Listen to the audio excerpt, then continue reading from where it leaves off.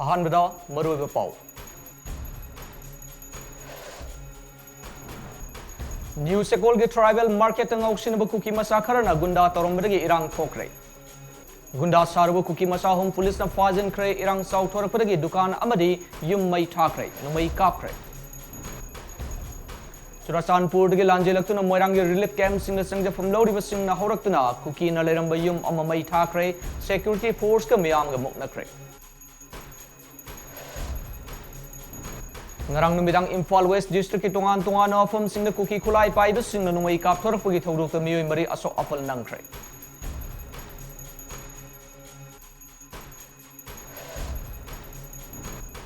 amadi news ekon gi irang gi paulo busang lubalamdam masigi paumi sing Central Forces sing na phubadagi paumi taragi mathakta aso apal nangkhre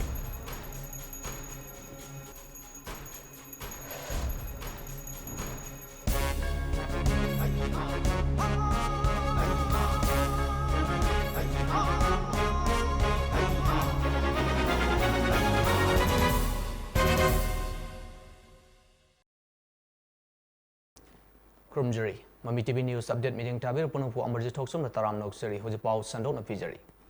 Imphal East Kim Badung Sanba, New Sekolgi Tribe and Market Tangoksin Fajinaba Kuki na Hakarana, Kaitel Fambayaroi, Dukan Sing Tong Lolo Haina Kihalambadagi, Irang Tokre Taurure. Adumainamak Police Samadi Central Force ki Kangbuna Matam Sana Yang Sinduna, Akoiba Mafam Sing the Operation Chatabaga Loinana, Sienari Bakuki, Naha Ahum Adu Fagat Kibaga Loinana, Kul Adu the Leramba license no may Ahum Su Fagat Creek. Thodok thokpham da sang siluba MAMI TV ki paumi sing na fangba paugi matung ina ding ngasi ayuk pung tararom taba matam da new second ge tribe and market ki manung da manama sing yonduna potpham phamliba nupi sing da kuki na ha ahum laklaga mafam asida ketel fambe yaroi haina athingba piki baga loina da lambulen ge akoi bada hangliba dukan sing su thong lona na ba khangalam khibani hairi kuki na ha kharana thong adu sathare haibagi pau fangbadagi mafam adu da leiriba khunja sing tholakbadagi kuki na ha ahum adu mafam adu dagi khul manung da sangsin khibani makhatana thodo adu gi matang da manak nak padangak senduna leiriba police amari Central Force sing da pau pibadagi khudak ta ahen ba force sing mafam adu da sangsin bagal loina na miyam gi irang adu laksin ki loina tribal market yauna akoi bada leiriba khul sing question do na thamlag matung da ayuk pung taramathui makhairom taba matamdagi khulsing adu da operation chathabaga loina na thogdo adu da senabane haiba kuki na ha ahum adu fagat pangam ki loina na khulsing adu da leramba license gun ahum su fagat kibani hairi ngasi thoki ba thogdo adu bo haktheng na ki tribal market ta kaitel fambi khopum dagi gailung dangmai kobi nufi amaga MAMI TV ga haktheng na unaba amada thogdo adu gi matung da amuk hana thoktana na ba laingak na lokhat pa yawa thabak sing lokhat piyo haibe yauna wafam kya su thamlake hana di haide ngasi di kari ge sumaina tobrai na city tribal market ne noi ama gi khakta market sunate adu aikoi wabagi wajabagi dum yonbne noma gi thiraga chabani na upai leijabagi aikoi tawrini haina yonini haina khumneba adu da moina yade po laibani haina phataba mi sina la aga aikoi buto char rawri noi kanbang amnoi sineba adu su aikoi na adu di khangde hoi adu mak chu tawgada ba mande tawroi aduna hojik se aikoi na pham basi su curfew gi rules su thugai banate aikoi pung tare dipan pung tara adwai da thorak pane aduga pung ani ahum da dum loisilaga amuk chang bane krisu kai ba leite na ina hairaga moi se phinga pa aduda moina mathang posi kauge haina moina kaura aga nangna chin kan male noina chin kan male haina moina chai pai ga phuge haina su lae ba aikoi se sumaina tawne police moina kausin bane koi na di kau nate mi hana di ani thoe aduga mathang na di ahum mari dum thoka e hana mayang di dukan so aduga isang pi yon ba imai be pangan sing su mi tai sing su yaw e ba mo de su ki ne koi manung da pham se mi mari ma pa na pham ni dum ya ne dukan di ani ahum ne tara khai adu ta matung da di sumai na taw se sarkar na su million gi kari no tawraga asi kuma thok se han na thok tani ngai koi se war ga phambane nungai leiba na te jing de gi lak se jing de imphal da leiba jing ni koi se nungai na leiba na te ba noma gi ta la ga leiba ne sujar ga leiba ne ado mathang matu manaw de asi thok han da ngai sarkar na su fajana yeng sil ga taw biyo hai si hai jani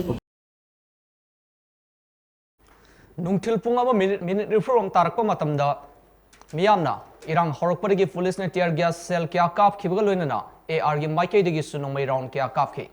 मफम Adoor लेरिबो mummy TV की पाउमिना होजिक फाउबगी ओइना news सेकोन गी नोंपोक इंखोल पुरैरोंब लैकाइदा लैबो cookie गी दुकान अमा yum अमगा मैना साकले हाइबा खंगबा ngamlei होजिक थौदोक थोकफमदा अहेनबा force थमजिली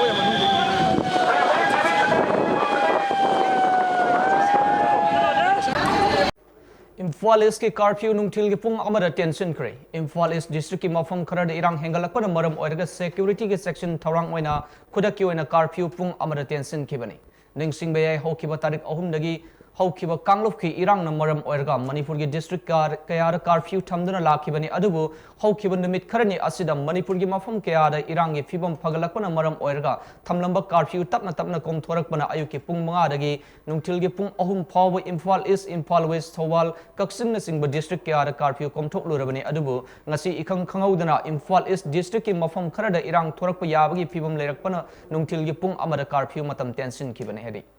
होजिक news second थोकलिबा इरांग मनुंगदा फाउलोब संगलबा लमदम असिगी प्रिंट अमदी इलेक्ट्रॉनिक मीडिया की पाउमिसिंग सेंटर एंड फोर्सेस सिंगना फुबगी थौदोकता पाउमी तरागी मथकता असो अपल नंगख्रे थौंग अदुबु लमदम असिगी पाउमी खुनाइना पेंदबा फोंदोकनाख्रे थौदो अदुदा सोगलबा पाउमी अमदा फोंदोरखिबगी मतुंगिनदी पाउमी खरना थौदो अदुगी वीडियो अमदी फोटो लौनबगी दमक्ते युम अमगी दलांदा काखलुबा मतमदा आर्मी की कांगबुना सै सिजनदुना फु सैबगी थबक चथरकी मणिपुर पुलिस कमांडो की कांगबु सिंह लाक्तुना पाउमी सिंह अदुबु कनखिबनी हाइदि चुराचानपुर दगी लांजेलक्तुना मोइरांग की तोंगान तोंगान मफम सिंगदा हांगदोकलिबा रिलीफ कैंप सिंगदा संजफम लौदु लेरिबा मियोइ सिंगना मोइरांग की ngang खलवाई हाइजिन फमदा लेबा मी लेनद्रबा युम अमा थुगाइबगा लोइनना मै थाख्रे इरांग अदु लाक्सिनबा होनबदा सिक्योरिटी फोर्स का मियामगा मुकनख्रे खोंजंग संगसिलुबा मियोइ खरना सिक्योरिटी फोर्स ना फाजिनखिबगी मायोक्ता मियामना मोइरांग पुलिस स्टेशन दा थोमजिनख्रे थौदो असिगी मतंगना ममी टीवी ना Phong Pawgi मतुंग इनदी ngasi ayuk pung tararom taba matamda moirang gi tongan tongan no mafam singda hangliba relief camp singda leiriba miyoi sing horaktuna moirang gi ngang khalawai haijin phomda leiba kuki gi yum ama thugaiduna mai thaki khongjang aduda maike adongi miyoi sing su mateng pangki hairi pawsina hai mai thakiba yum adu da leiramba kuki gi miyoi sing adudi irang horakpaga yum tharoktuna sen khibadagi mi leinadre hairi इरांग अदु थोकले हाइबगी फाव हेक फंगबगा मनाक नकपदा लेबा police अमदि अते security force सिंग थोमजिनना मियामगा इरांग अदु लाक्सिनबा होनके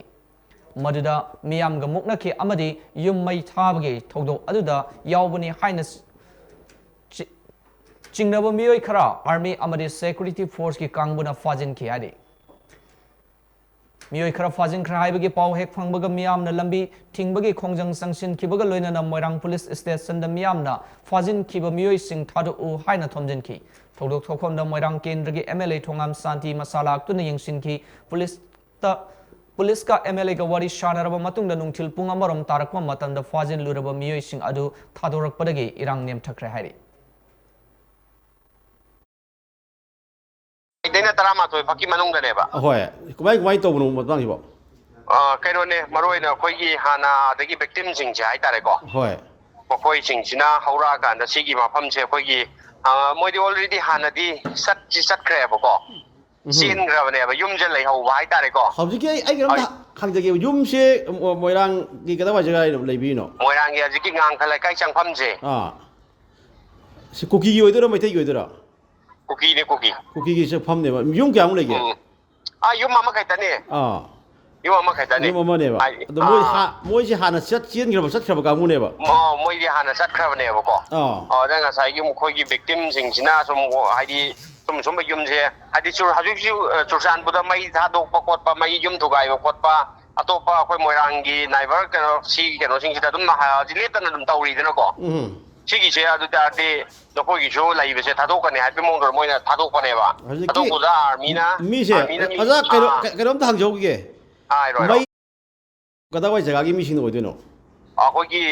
ꯀꯩꯅꯣ relief ꯀꯦꯝꯗ ꯂꯩꯕ ꯈꯣꯠꯄ ꯑꯗꯨꯒꯨꯝꯕꯁꯤꯡꯅ ꯑꯣꯏꯔꯤꯅꯦꯕ ꯑꯣꯏ ꯍꯥꯏꯅ ꯍꯣꯏ ꯑꯗꯨꯃꯥꯏꯅ ꯑꯗꯨꯅꯦꯅ ꯍꯥꯏꯌꯦꯕ ꯔꯤꯂꯤꯐ ꯀꯦꯝꯁꯦ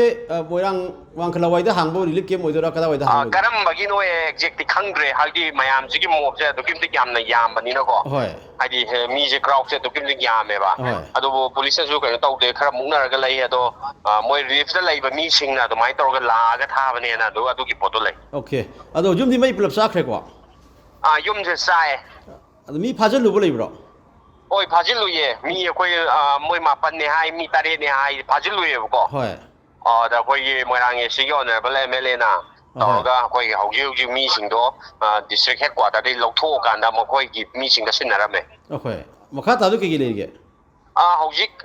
ꯍꯧꯖꯤꯛ ꯊꯣꯏꯗꯣꯛꯄ ꯂꯩꯇꯦ ꯃꯌꯥꯝꯁꯤꯒꯤ ꯍꯥꯏꯗꯤ ꯃꯤꯗꯣ ꯊꯥꯗꯣꯛꯑꯝꯃꯦ ꯑꯗꯨꯕꯨ ꯀꯩ ꯍꯥꯏꯅꯤ ꯃꯌꯥꯝꯒꯤ ꯏꯍꯧꯅꯤꯅ ꯀꯩꯒꯨꯝꯕ ꯈꯔꯗꯤ ꯑꯗꯨꯝ ꯍꯥꯏꯗꯤ ꯄꯨꯂꯤꯁ ꯁ꯭ꯇꯦꯁꯟ ꯃꯃꯥꯡꯗ ꯑꯗꯨꯝ ꯂꯩꯔꯤ ꯍꯥꯏꯇꯥꯔꯦ ꯂꯩꯉꯥꯛꯀꯤ ꯃꯥꯏꯀꯩꯗꯒꯤ ꯍꯧꯖꯤꯛ ꯂꯝꯗꯝ ꯑꯁꯤꯗ ꯊꯣꯛꯂꯤꯕ ꯏꯔꯥꯡ ꯂꯥꯛꯁꯤꯟꯗꯨꯅ ꯃꯍꯧꯁꯥꯒꯤ ꯄꯨꯟꯁꯤꯗ ꯍꯟꯖꯤꯟꯕ ꯉꯝꯂꯛꯂꯦ ꯍꯥꯏꯅ ꯐꯣꯡꯗꯣꯛꯄ ꯂꯩꯔꯕꯁꯨ ꯇꯣꯉꯥꯟꯕ ꯃꯐꯝꯁꯤꯡꯗ ꯄꯥꯝꯗꯕ ꯊꯧꯗꯣꯛꯁꯤꯡ ꯊꯣꯛꯂꯤ ꯉꯔꯥꯡ ꯅꯨꯃꯤꯗꯥꯡ ꯄꯨꯡ 10:30 ꯇꯥꯔꯛꯄ ꯃꯇꯝꯗ ꯏꯝꯐꯥꯜ ꯋꯦꯁꯀꯤ ꯃꯅꯨꯡ ꯆꯟꯕ ꯃꯣꯏꯗꯥꯡꯄꯣꯛꯀꯤ ꯃꯐꯝ ꯈꯔꯗ ꯀꯨꯀꯤ ꯈꯨꯠꯂꯥꯏ ꯄꯥꯏꯕꯁꯤꯡꯅ ꯅꯣꯡꯃꯩ ꯀꯥꯞꯊꯣꯔꯛꯄꯒꯤ ꯊꯧꯗꯣꯛꯇ ꯃꯣꯏꯗꯥꯡꯄꯣꯛꯀꯤ ꯈꯨꯟꯖꯥ 3 ꯅꯣꯡꯃꯩ ꯃꯔꯨꯅ ꯄꯥꯟꯕꯗꯒꯤ ꯁꯣꯛꯇꯨꯅ ꯔꯤꯝꯁ ꯍꯣꯁꯄꯤꯇꯥꯜꯗ ꯂꯥꯏꯀꯠꯅꯈ꯭ꯔꯦ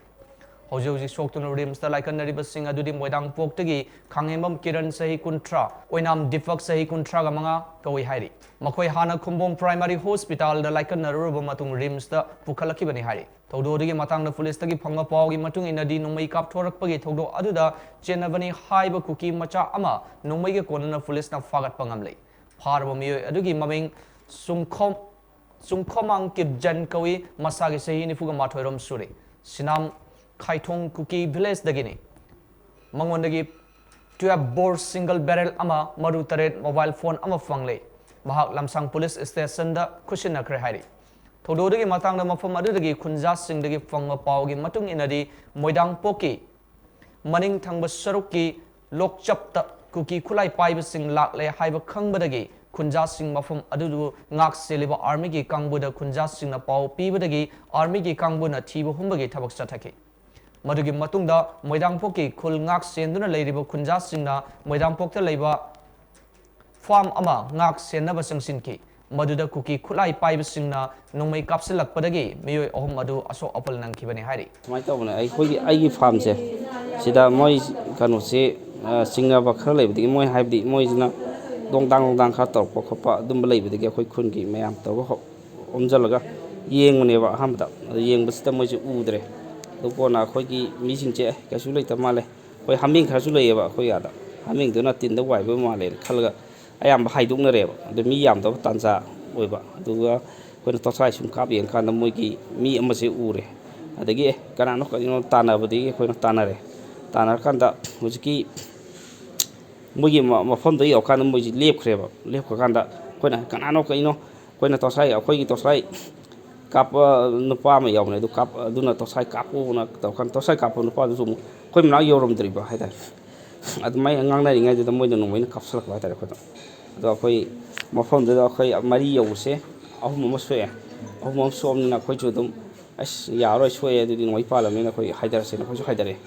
ꯑꯇꯩ ꯃꯈꯥ ꯇꯥꯕ ꯄꯥꯎꯗꯤ ꯀꯩꯅꯣ ꯆꯞ ꯆꯥꯕꯗꯤ ꯑꯇꯩꯗꯤ ꯒ꯭ꯌꯥꯟ ꯇꯥꯗꯦ ꯑꯩꯈꯣꯏꯁꯨ ꯑꯗꯨꯝ ꯍꯥꯏꯊꯔꯒ ꯁꯣꯛꯑꯕꯅꯤ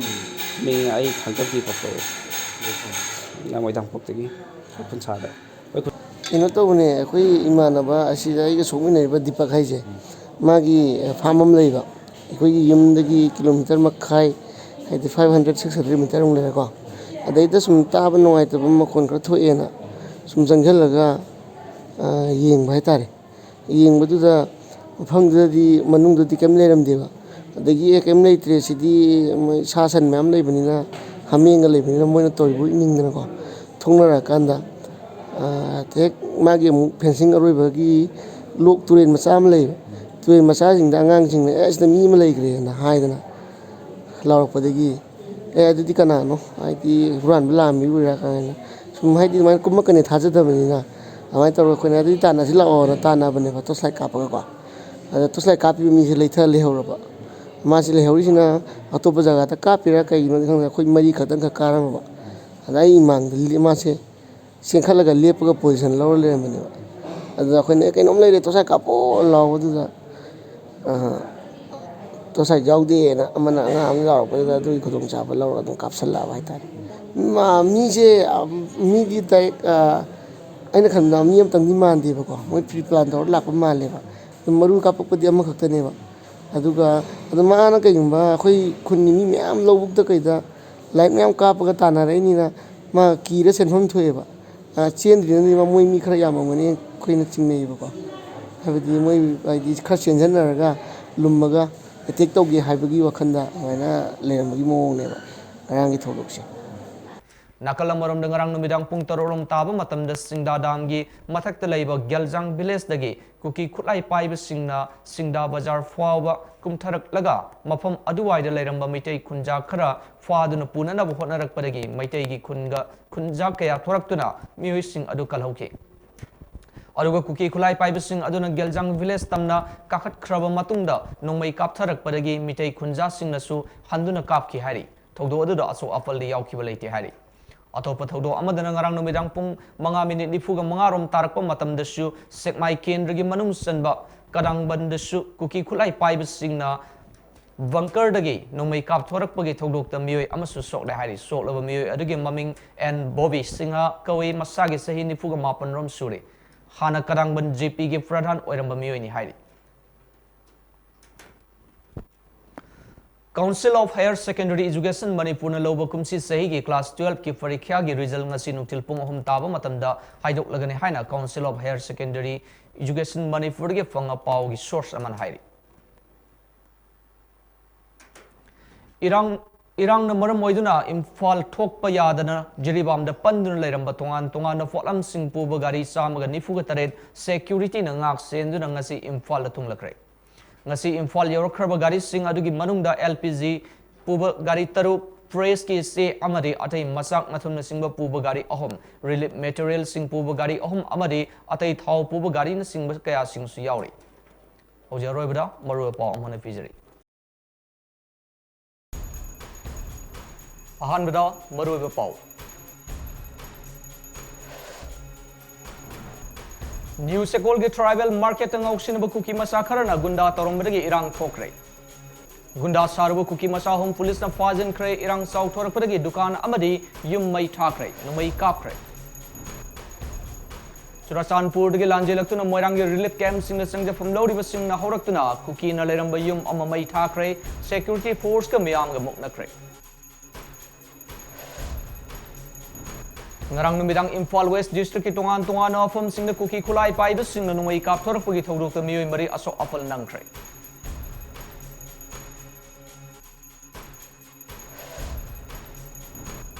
Amadi News Sekongi irangi paulo wasang lubalangdam masigi paumising Central Forces singna phubadagi paumi taragi mathakta asok apal nangkhre.